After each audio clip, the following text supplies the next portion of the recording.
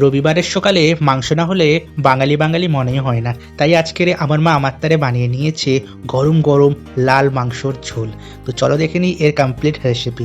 সব থেকে আগে আমার মা কড়াইয়ের মধ্যে সামান্য তেল দিয়ে গোল গোল আলু কেটে ভালো করে ভেজে নিয়েছে।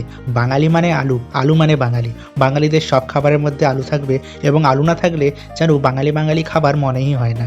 তাই জন্য আমার মা কড়াইয়ের মধ্যে সামান্য তেল দিয়ে আলুগুলো দিয়ে ভালো করে ফ্রাই করে নিচ্ছে।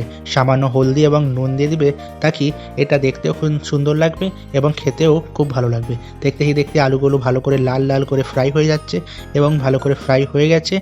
এবং ভালো করে ফ্রাই হয়ে গেলে আমরা আলুগুলোকে একে একে বার করে নেব। দেখছেন কি সুন্দর লাগছে এবং কি সুন্দর কালার এসছে ফ্রাই আলু। এবার ফ্রাই হয়ে গেছে আলুগুলো এবং একে একে আমরা এইগুলোকে বার করে একটা পাত্রের মধ্যে নামিয়ে নেব। এবং ওই তেলের মধ্যেই আমরা দিয়ে দেবো গোটা গরম মশলা এবং তেজপাতা, এবং এটা দেওয়ার পর আমরা ভালো করে ওটাকে ফ্রেগ্রেন্সটাকে বার করব। তারপরে দিয়ে দেবো পেঁয়াজ বাটা, এবং পেঁয়াজ বাটাটাকে দিয়ে ভালো করে আমরা কষবো। এই তরকারিটা আমরা যত কষবো অত ভালো স্বাদ দেবে, এবং পেঁয়াজটাকে ভালো করে কষে কষে আমরা লাল করব। দেখছেন কি সুন্দর লাগছে।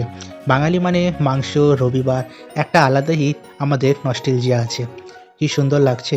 এবং দেখতে দেখতে পেঁয়াজটা সামান্য গলে গেছে, এবং এবার আমরা এর মধ্যে দিয়ে দেবো কিছুক্ষণ পরে আদা রসুন বাটা। হ্যাঁ, দেখছে কি সুন্দর ভালো করে গলে গেছে।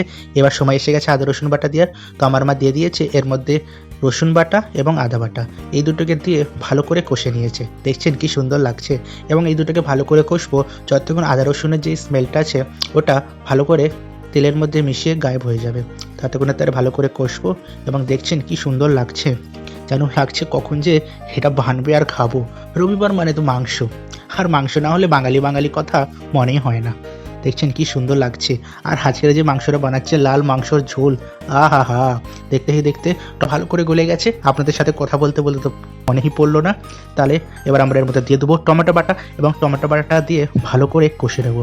এই ডিশটা এত টেস্টি বানে সত্যি বলার মতন না। একবার জরুর রেসিপিটা ঘরে ট্রাই করবে। এবার এর মধ্যে আমরা দিয়ে দেবো মশলা গুঁড়ো, লঙ্কার গুঁড়ো, ধনের গুঁড়ো, জিরের গুঁড়ো এবং হলদি। এইগুলোকে দিয়ে ভালো করে কষে নেবো। মশলাটা দেখছেন কি সুন্দর লাগছে, এবং এখন থেকে কি টেস্টি একটা কালার নিয়ে নিয়েছে। এবং নুন দিতে ভুলবেন না, স্বাদ মতো নুন আপনারা জরুর দেবেন, এবং নুনটাকে দিয়ে ভালো করে কষে নেবো। দেখতে দেখতে এখন কি সুন্দর একটা মাখা মাখা গ্রেভি হয়ে যাবে, শুরু হয়ে গেছে। এবারে আমরা এর মধ্যে দিয়ে দেবো ফ্যাটানো টক দই। দইটাকে আপনারা ভালো করে ফাটাবে, যাকে এটা ছানা না কেটে যায়। অনেকবার টক দই ভালো করে না ফাটালে ছানা কেটে যায়, যেটাতে তরকারিতে সাদা সাদা ছানা ছানা লাগে, যেটা দেখতেও ভালো লাগে না এবং খেতেও একদমই ভালো লাগে না। দেখতে দেখতে কি সুন্দর হয়ে গেল, এবং কালারটা বলতে গেলে দই ঢালার পর অলমোস্ট চেঞ্জই হয়ে গেছে, এবং এটা যা টেস্ট দিবে লাজবাব। এবার আমার মা এর মধ্যে দিয়ে দিয়েছে সামান্য চিকেন মশলা, এবং এটাকে দিয়ে ভালো করে কষতে লেগে গেছে। যেটা আমি আপনাদের বললাম, এটাকে যত কষবে অত এর স্বাদ বেড়ে যাবে। দেখতে হয়ে গেছে কি সুন্দর একটা গ্রেভি। দেখতে হয়ে গেছে কি সুন্দর একটা কষা মশলা বেনে গেছে। এবার এর মধ্যে আমার মা দিয়ে দিয়েছে মাংসগুলো। এই মাংসটাকে আমরা ম্যারিনেট করিনি, এটাকে শুধু আমরা ভালো করে জলে ধুয়ে নিয়েছি, এবং ওটাই আমরা এবার এর মধ্যে দিয়ে ভালো করে কষবো। দেখছেন কি সুন্দর লাগছে। এই রেসিপিটা আপনি কুকারেও করতে পারেন এবং কড়াইও করতে পারেন, কিন্তু আমার একটা টিপ, যদি আপনি এটাকে স্লো কুক করে কড়াইয়ের মধ্যে করেন তাহলে এর স্বাদ 10 গুণ বেড়ে যাবে। আপনি একবার এই রেসিপিটা কড়াইয়ের মধ্যে দিয়ে করবে, এবং মাংসটাকে দিয়ে আমার মা ভালো করে কষে নিয়েছে। এই স্টেপটা খুব ইম্পর্টেন্ট। মাংসটাকে দেওয়ার পর ভালো করে কষবো সময় লাগিয়ে। দেখতে ভালো করে কষার পর এবার আমরা এর মধ্যে দিয়ে দেবো সামান্য কস্তুরি মেথি। কস্তুরি মেথিটাকে আমরা ভালো করে হাতে রাফ করে নেবো। রাফ করে নিলে কি হয়, এর স্বাদটা আর গন্ধটা আরও 10 গুণ বেড়ে যায়।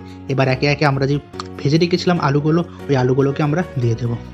আলুগুলোকে দেওয়ার পর কি সুন্দর কালার, একদম লাজবাব। এবার এটাকে আমরা হালকা হালকা স্লো কুক করব, এবং দেখতে কি সুন্দর এটা কষা হয়ে গেছে। এবার আপনি আপনাদের সামান্য মতন জল আপনাদের আন্দাজা দিয়ে এটাকে ভালো করে কষে স্লো কুক করতে হবে। তো চলো আমরা সেটাকে এবার করে নিই। কি সুন্দর লাগছে। জল আপনি আপনাদের পরিমাণ মতন দিবেন, এবং এখন আমরা এটাকে মেনলি সিদ্ধ করছি, যেটাকে কি এখন স্লো কুক হবে একদম হালকা হালকা। কি সুন্দর। চলো জল দিয়ে নিয়েছি, এবার এটাকে ঢেকে দিই। এবার এটাকে ছেড়ে দিয়ে আমরা স্লো কুক হবার তারে মাঝে মাঝে এটাকে আমরা খুলে দেখবো, যেটা কি খুব সুন্দর লাগবে দেখতে। দেখছেন কি সুন্দর এখন থেকে হয়ে গেছে।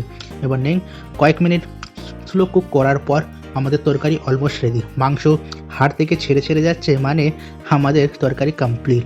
উপর থেকে লাফানোর আগে সামান্য ধনেপাতা ছড়িয়ে দেবো, এবং ধনেপাতাটা ছড়িয়ে দেওয়ার পর একদম গন্ধটা মোমো করছে সত্যিকারে।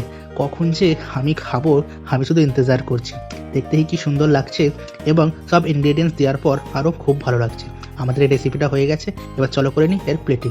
আমার একটা প্লেটে সামান্য সাদা ভাত এবং তার সাথে যেই লাল মাংসর ঝোলটা বানিয়েছি, আহা হা, দেখে একদম মুখে জল এসে যাচ্ছে। চলো আমি তাহলে এটাকে এবার খেয়ে নিচ্ছি। আপনাদের কেমন লেগেছে আপনারা জরুর আমাদের কমেন্ট করে বলবেন এবং আপনারা জরুর বলবেন আপনি কোন রেসিপিটা আমাদের থেকে দেখতে চান, আমরা জরুর বানাবো। চলো তাহলে দেখে নিই। চলো তাহলে আজকের তাহলে এতটা।